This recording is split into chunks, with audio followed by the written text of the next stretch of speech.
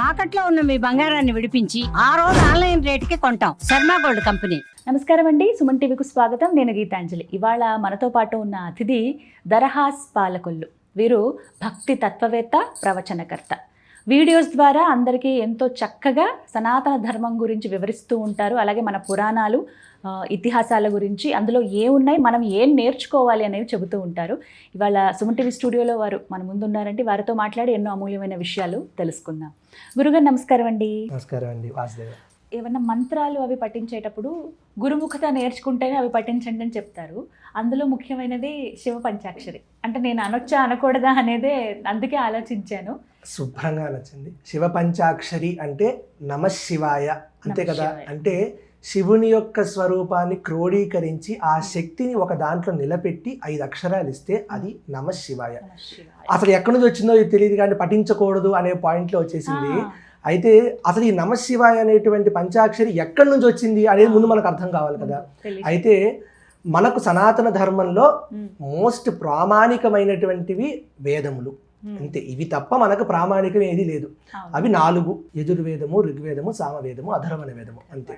యజుర్వేదం ఉంది. యజుర్వేదంలో 81 పన్నాలు, అంటే 81 చాప్టర్స్ ఉన్నాయి. 81 చాప్టర్స్ని కరెక్ట్గా మధ్యలో విభజిస్తే, కరెక్ట్ అంటే అటు సగం ఇటు సగం పెడితే కరెక్ట్ మధ్యలో మనకు దొరికేదే రుద్ర సూక్తము.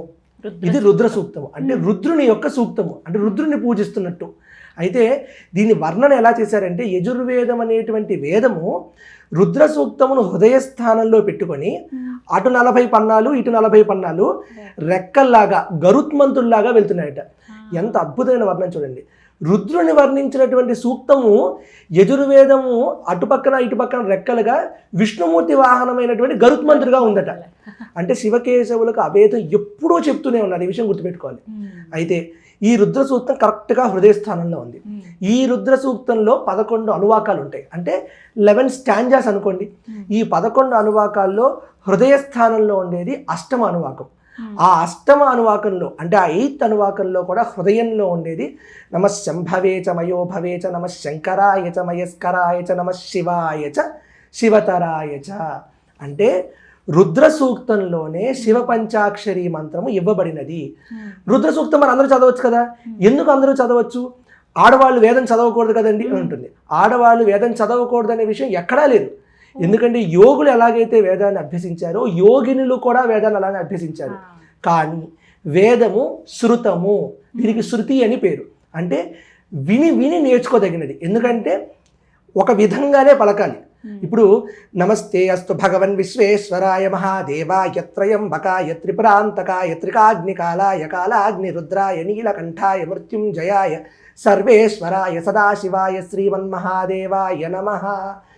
ఇలానే ఎందుకు చదవాలి? సరిగమ పదనిసలు అవే స్వరాలు, కానీ ఒక కూర్పులో పెడితేనే అది సంగీతం అవుతుంది.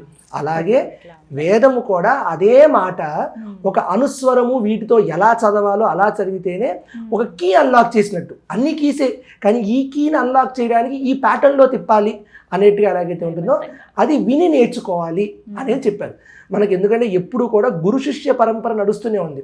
ఇప్పటికీ ఎడ్యుకేషనల్ సిస్టంలో మనకి గురు శిష్య పరంపరే నడుస్తుంది తప్ప గురువు చెప్తారు శిష్యుడు నేర్చుకుంటాడు, గురువు 10 సార్లు చెప్తాడు, శిష్యుడు 100 సార్లు చెప్తాడు. అలా విని నేర్చుకోదగినది. ఇప్పుడు వచ్చినటువంటి యూట్యూబ్, సోషల్ మీడియాలో అందరూ అన్నీ చెప్తున్నారు కాబట్టి జాగ్రత్తగా సరైనది చెప్పగలిగే వాళ్ళు ఎవరైనా ఉంటే అది పట్టుకొని నేర్చుకోగలిగితే శుభ్రంగా మగవారైనా ఆడవారైనా ఎవరైనా నమశివాయ అనేటువంటి మంత్రాన్ని శుభ్రంగా చదువుకోవచ్చు. అయితే మహాశివరాత్రి రోజు ఎన్నిసార్లు రుద్రాభిషేకం చేయాలి? రుద్ర సూక్తంలో నమకము చమకము 2 ఉంటాయి. వీటి పేర్లు నమకము చమకము కావు, ఎవరో పెట్టారు. కానీ నమః నమః ఉందని కాబట్టి నమకం అని పెట్టారు, చ చ అని ఉంది కాబట్టి చమకం అని పెట్టారు. కానీ ఈ రెండిటిని కలిపితే రుద్ర సూక్తం అవుతుంది. అయితే ఈ 2 నమకము చమకము కలిపి చదివితే, ఒకసారి చదివితే దీన్ని ఏకరుద్రము అంటారు. ఒకటి ఇది గుర్తుపెట్టుకోండి. ఎందుకన్నానంటే ఏకరుద్రం అంటే ఒకసారి చదువుట, దాని తర్వాత ఇదే రుద్రాన్ని ఏకాదశ అంటే 11 సార్లు చదివితే ఇది రుద్రి అవుతుంది. దీన్నే ఏకాదశ రుద్రము అంటారు. అంటే 1 వచ్చింది, 1 కింద 11 పెట్టాం, అంతే కదా. ఏకం ఈశ్వర స్వరూపం, ఒకటి ఈశ్వరుడు, ఒకటి ఇప్పుడు 11 అయింది, అంటే 2గా వ్యక్తమైంది. ఏకముగా ఉన్నటువంటి ఈశ్వర స్వరూపము రెండుగా వ్యక్తమైనది అంటే ఒకటి ఒకటి, అదే శివ శక్తి అయింది. ఈ ఏకాదశ రుద్రములు 11 సార్లు చదివాం. ఈ 11 సార్లు జరిగినటువంటి ఏకాదశ రుద్రాన్ని 11 సార్లు చేస్తే అంటే 11 × 11 121 టైమ్స్ చేస్తే దీన్ని లఘురుద్రము అంటారు. అంటే ఇప్పుడు 1 1 కాస్త 1 2 1 అయింది, అంటే 1 + 1 2 మధ్యలోకి వచ్చింది. ఈ 1 1 ఇలానే ఉంది. ఓకే, ఇది లఘురుద్రము అన్నారు. ఈ లఘురుద్రాన్ని 11 సార్లు చేస్తే అంటే 11 × 121 1 3 3 1 దీన్నే అతిరుద్రము అన్నారు. ఈ అతిరుద్రాన్ని 11 సార్లు చేస్తే అంటే 1 4 6 4 1 అన్ని అనువాకాలు చదివితే దాన్ని మహారుద్రము అన్నారు. ఇది వరస. ఎందుకు ఇలా చెప్పారు? ఇప్పుడు మీకు చెప్పిన ట్రయాంగిల్ ఆలోచిస్తే ఇదే పాశ్చాత్యులు చెప్పినటువంటి 1 11 121 ఇదంతా కూడా 11² 11³ 11 to the power of 4 ఇదే పాస్కల్స్ ట్రయాంగిల్. ఈ పాస్కల్స్ ట్రయాంగిల్ని ఎప్పుడో రుద్రం చెప్పిందనమాట. అయితే ఈ రుద్రాన్ని అభిషేకంతో చదివితే రుద్రాభిషేకం అవుతుంది. ఇదే యాగం చేస్తూ ఇదే రుద్ర సూక్తాన్ని చదివితే ఇది రుద్ర యాగం అవుతుంది. అయితే ఈ రుద్రంలో ఉన్నటువంటి సూక్తము చదవటం వల్ల మనకి ఏ తత్వం అర్థం కావాలి? శంకరాచార్యులే చెప్పారు. అభిషేకం చేస్తున్నాము, రుద్ర సూక్తం చదువుతున్నాము, శంచమే మయశ్చమే అంటున్నాము, అన్నీ చేస్తూ శివుడి యొక్క అభిషేకం చేస్తున్నప్పుడు అన్నీ జారిపోతున్నాయి, ఏమీ మిగలదు. ఏమీ మిగలకపోవడమే శివతత్వం. ఏమీ మిగలక నాహం నీవేమీ నేను కాదు, ఏమిచ్చినా నువ్వు నాకు సంపదలు ఇచ్చినా, సిరి సంపదలు ఇచ్చినా, చుట్టరికాలు ఇచ్చినా, బంధుత్వాలు ఇచ్చినా, శరీరం ఇచ్చినా, ఏమిచ్చినా ఏమీ నేను కాదు అని చెప్పటమే నిర్వాణము. ఆ నిర్వాణాన్నే శంకరాచార్యులు నిర్వాణ శతకంగా ఇచ్చారు. ఏం చెప్తున్నారు ఆయన? మనోబుద్ధి అహంకార చిత్తాని నాహం నచ శ్రోత్ర జిహ్వే నచ ఘ్రాణ నేత్రే నచ వ్యోమ భూమిర్న తేజోన వాయు చిదానంద రూపం శివోహం శివోహం. అంటే ఈశ్వర, నేను నా మనస్సు, చిత్తము, బుద్ధి, నేను అనేటువంటి అహంకారం ఇవేవి కాదు. నేను వినదగేటటువంటి శక్తిని కాదు, రుచి చూసేటువంటి శక్తిని కాదు, నేను వాసన పీల్చేటువంటి శక్తిని కాదు, చూచేటువంటి శక్తిని కాదు, నేను ఆకాశమును కాను, భూమిని కాను, నేను చుట్టూ ఉన్నటువంటి వాయువును కాదు, అగ్నిని కాదు, ఇవేవి కాదు. మరి నేను చిదానంద రూపం శివోహం శివోహం.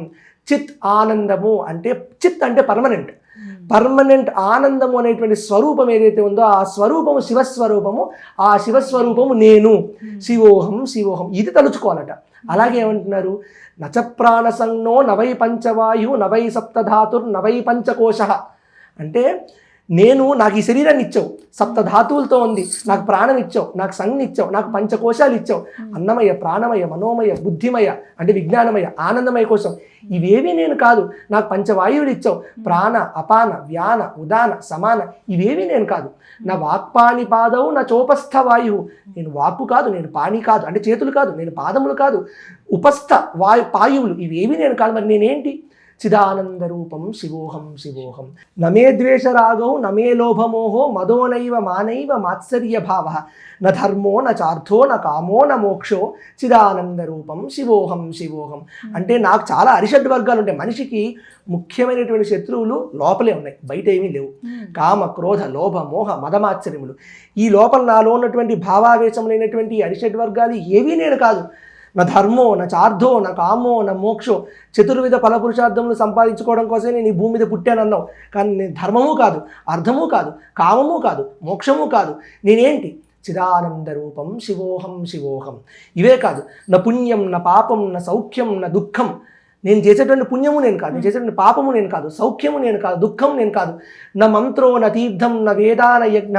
మంత్రము కాదు, తీర్థము కాదు అంటే వెళ్ళేటువంటి గుళ్ళు కాదు, నేను చదివేటటువంటి వేదము కాదు, నేను చేసేటువంటి యజ్ఞము కాదు, ఇవేవి నేను కాదు. అహం భోజనం నైవ భోజ్యం న భోక్త. భోజనము అంటే ఇక్కడ తినేటటువంటి కాదు, నేను అనుభవించేదగ్గ వస్తువుని కాదు, అనుభవించే వాడిని కాదు, అనుభవింపదగ్గ వాడిని కాదు. మరి నేనేమిటి? చిదానంద రూపం శివోహం శివోహం. న మృత్యుర్న శంక నమే జాతి భేదా పితానైవ మానైవ మాతాన జన్మ న బంధుర్న మిత్రం గురుర్నైవ శిష్య చిదానంద రూపం శివోహం శివోహం. నేను మృత్యువును కాదు, జన్మను కాదు, నాకు ఉన్నటువంటి క్వశ్చన్లు నేను కాదు, తల్లిని కాదు, తండ్రిని కాదు, పుట్టినటువంటి జన్మ నాది కాదు, బంధువు కాదు, మిత్రువు కాదు, గురువును కాదు, శిష్యుని కాదు. మరి నేనేంటి? చిదానంద రూపం శివోహం శివోహం అని చివరి శతకంలో ఉన్నటువంటి చివరి దాంట్లో శంకరాచార్యులు ఏం చెప్తున్నారంటే, అహం నిర్వికల్పో నిరాకార రూపో. నేను నిర్వికల్పులను, ఐఎమ్ టైమ్లెస్. ఐఎమ్ నిరాకార రూపో, నాకు ఆకారం లేదు. అహం అంటే మళ్ళీ నేను కాదు. ఈ 5 చదివితే అహం అంటే నేను కాదు, శివం అనే విషయం గుర్తుపెట్టుకోవాలి. అహం నిర్వికల్పో నిరాకార రూపో విభూత్వాచ సర్వత్ర సర్వేంద్రియాణం నచాసంగతో నైవ ముక్తిర్న బంధ చిదానంద రూపం శివోహం శివోహం. అంతటా నిండి నిబిడీకృతమై ఉన్నటువంటి ఈశ్వరతత్వం ఏదైతే ఉందో దాని నుంచి నేను అద్వైత భావనను పొంది ఉన్నాను. కాబట్టి నేను ఆ ఈశ్వరతత్వమును అనే విషయాన్ని తెలుసుకొని నిర్వాణమును పొందుట శివరాత్రి రోజు మనం చేయవలసిన అభిషేకం వెనక ఉన్నటువంటి తత్వము. ఇది తెలిస్తే మనం పాలతో చేసినా, పూలతో చేసినా, గంధోదకంతో చేసినా, నీళ్లతో చేసినా, అసలు ఏమీ చేయకుండా ఓం నమ శివాయ అన్న ఇదే శివరాత్రి తత్వం సరిపోతుంది. ఇదండి. చాలా చక్కగా అర్థం చెప్పారండి. ఇప్పుడు ఇలా వింటూ వారంతట వారు పఠించవచ్చా, లేకుంటే ఎందుకంటే ఇప్పుడు మనకు ఆడియో కూడా అందుబాటులో ఉంటుంది కాబట్టి అలా వింటూ చేసుకోవచ్చా? వింటూ శుభ్రంగా పలకరించు. పలకలేకపోయారు, వెనకాల రుద్రసూక్తం వస్తుంది, మనసులో నమశివాయ నమశివాయ నమశివాయ అనుకుంటున్నాం. ఎందుకంటే నమశివాయ అనేటువంటి పంచాక్షరి మంత్రంలో ఒక్కొక్క అక్షరము వెనకాల ఒక్కొక్క రూపం ఉంది కదా. నాగేంద్రహారాయ త్రిలోచనాయ భస్మాంగరాగాయ మహేశ్వరాయ నిత్యాయ శుద్ధాయ దిగంబరాయ తస్మై నకారాయ నమశివాయ. నకార మంత్రం నమశివాయ అనుకుంటున్నారు. నకార మంత్రం చదువుకుంటున్నప్పుడు నాగేంద్రహారాయ త్రిలోచనాయ, శివుని యొక్క స్వరూపాన్ని ఆరాధించండి. చుట్టూ పాములు ఉన్నాయి, పాముల ఆభరణాలుగా ఉన్నాయి. త్రిలోచనుడు, 3 కన్నులు ఉన్నాయి. భస్మాంగరాగాయ మహేశ్వరాయ, చితాభస్మాన్ని మొత్తం శరీరం మొత్తం చుట్టేసుకున్నాడు. చుట్టేసుకొని మొత్తం దగదగ మెరిసిపోతున్నాడు. మహేశ్వరుడు మొత్తం ప్రపంచానికి అధిపతిలా ఉన్నాడు. భస్మాంగ రాగాయ మహేశ్వరాయ నిత్యాయ శుద్ధాయ దిగంబరాయ, అంత భస్మము ఒంటికి రాసుకున్న శుద్ధంగా తెల్లగా స్ఫుటంగా మెరిసిపోతున్నాడు. దిగంబరాయ, దిక్కులనే అంబరముగా, అంబరము అంటే వస్త్రము, దిక్కుల అంబరంగా అంటే దిక్కుల వస్త్రంగా ఉన్నటువంటిది ఏంటి? ఆకాశము. దిగంబర స్వరూపం అంటే న్యూడని కాదు, దిగంబరము అంటే ఆకాశము మొత్తము, అంటే ఆకాశానికి దిక్కులే వస్త్రంగా ఉంటాయి. ఆకాశమంతా పరివ్యాప్తమై ఉన్నటువంటి దిగంబర స్వరూపంగా ఉన్నటువంటి వాడు. ఆయనకి నకార స్వరూపంగా నేను ఆయన చూసుకుంటున్నాను. తస్మై నకారాయ నమశివాయ. మందాకినీ శైల చందన చర్చితాయ నందీశ్వర ప్రమథనాథ మహేశ్వరాయ మందార ముఖ్య బహుపుష్ప సుపూజితాయ తస్మై మకారాయ నమశివాయ. గంగానది ఎప్పుడు నెత్తి మీదే ఉంటుంది, ఎప్పుడు ఆ గంగాదేవి అర్చన చేస్తూనే ఉంటుంది. మందాకినీ శైల చందన చర్చితాయ, చందనంతో అర్చిస్తుంటాము. నందీశ్వర ప్రమథనాథ మహేశ్వరాయ అంటే నందీశ్వరుడితో ఎప్పుడు అక్కడే ఉంటాడు. ప్రమథనాథాన్ని ఎప్పుడు ముందేసుకొని ఉంటాడు. ప్రమథనాథ మహేశ్వరాయ మందారము మరియు అనేకమైనటువంటి ముఖ్యమైనటువంటి పువ్వులతో ఎప్పుడు అర్చింపబడేటటువంటి వాడు. అటువంటి నీ స్వరూపమైనటువంటి నీ స్వరూపాన్ని మకార శబ్దంలో ఊహించుకుంటున్నాను. శివాయ గౌరీ వదనాబ్జ బృంద సూర్యాయ దక్షాధ్వర నాశనాయ శ్రీనీలకంఠాయ వృషభధ్వజాయ తస్మై శికారాయ నమశివాయ. ఎవరి పేరు, ఎవరి మొహం సూర్యుల్లా వెలిగిపోతుంటే ఆ సూర్యరశ్మికి అమ్మవారి యొక్క మొహం కమలంలా ఉండి వికసించుకుపోతోందో, శివాయ గౌరీ వదనాబ్జ బృంద, గౌరీదేవి యొక్క వదనము ఒక కమలంలా ఉండి ఈ సూర్యుడి అనేటువంటి శివుడి యొక్క తేజస్సుకు ఇది వికసించుకుపోతుందట. మనలో ప్రజ్ఞ కూడా అలా వికసించాలని అర్థం. సూర్యాయ దక్షాధ్వర నాశనాయ అంటే దక్షుని యొక్క యాగమును నాశనం చేసినటువంటి వాడ. శ్రీనీలకంఠాయ వృషభధ్వజాయ, హాలాహలాన్ని గొంతులో పెట్టుకున్నటువంటి వాడా. నీలిమచ్చ వచ్చింది కదా. వృషభధ్వజాయ, నందిని ధ్వజం మీద పెట్టుకున్నటువంటి వాడా. తస్మై శికారాయ నమశివాయ. వశిష్ఠ కుంభోద్భవ గౌతమార్య మునీంద్ర దేవాచర శేఖరాయ చంద్రార్క వైశ్వానర లోచనాయ తస్మై వకారాయ నమశివాయ. ఒక్క ముని కాదు, వశిష్ఠుడు, కుంభోద్భవుడు అంటే అగస్త్యుడు, గౌతముడు, అనేక మంది మునులు, దేవతలు వీరందరూ అర్చిస్తున్నారట ఎవరి స్వరూపాన్ని? చంద్ర, అర్క, వైశ్వానుడు, సూర్యుడు, చంద్రుడు, అగ్ని, మూడు కన్నులుగా కలిగినటువంటి వాడా. నిన్ను నమశివాయలో వకార స్వరూపంగా దర్శిస్తున్నాను. యజ్ఞస్వరూపాయ జటాధరాయ పినాకహస్తాయ సనాతనాయ దివ్యాయ దేవాయ దిగంబరాయ తస్మై యకారాయ నమశివాయ. అంటే యజ్ఞస్వరూపంలో నేను నిన్ను దర్శిస్తున్నాను. జడలు పెట్టుకొని ఉన్నావు, పినాకము అనేటువంటి ధనస్సును పట్టుకొని ఉన్నావు. సనాతనుడు, ఎప్పుడు పుట్టావో తెలియదు, ఎప్పుడు ఉంటావో తెలియదు. నమో జ్యేష్ఠాయ చ కనిష్ఠాయ చ నమ పూర్వజాయ చ అంటారు కదా. అంటే అందరికన్నా పెద్దవాడు, అందరికన్నా చిన్నవాడు, అందరికన్నా ముందు పుట్టావు, అందరికన్నా తర్వాత పుట్టావు, అందరికన్నా మధ్యలో ఉన్నావు. అన్నీ నువ్వే అని నేను భావిస్తున్నాను. పినాకహస్తాయ సనాతనాయ అటువంటి దివ్య స్వరూపమును కలిగి దేవతా స్వరూపంగా ఉండి దిగంబర స్వరూపంగా అంటే అంతటా పరివ్యాప్తమై ఉన్నటువంటి వాడా. నిన్ను నమశివాయలోని యకార శబ్దముగా దర్శనం చేయుచున్నాను శంకరాచార్యులు శివపంచాక్షరి స్తోత్రంలో చెప్పారు. ఇలా దర్శనం చేయగలిగితే నమశివాయని ఒక్కసారి పఠించినా చాలు. ఇదే తత్వము, ఇదే శివరాత్రి తత్వము. చాలా చక్కగా వివరించారండి. ఇది మాకు ఒక గైడ్ అనుకోవచ్చు వీడియో. సంతోషం అండి, ధన్యవాదాలు.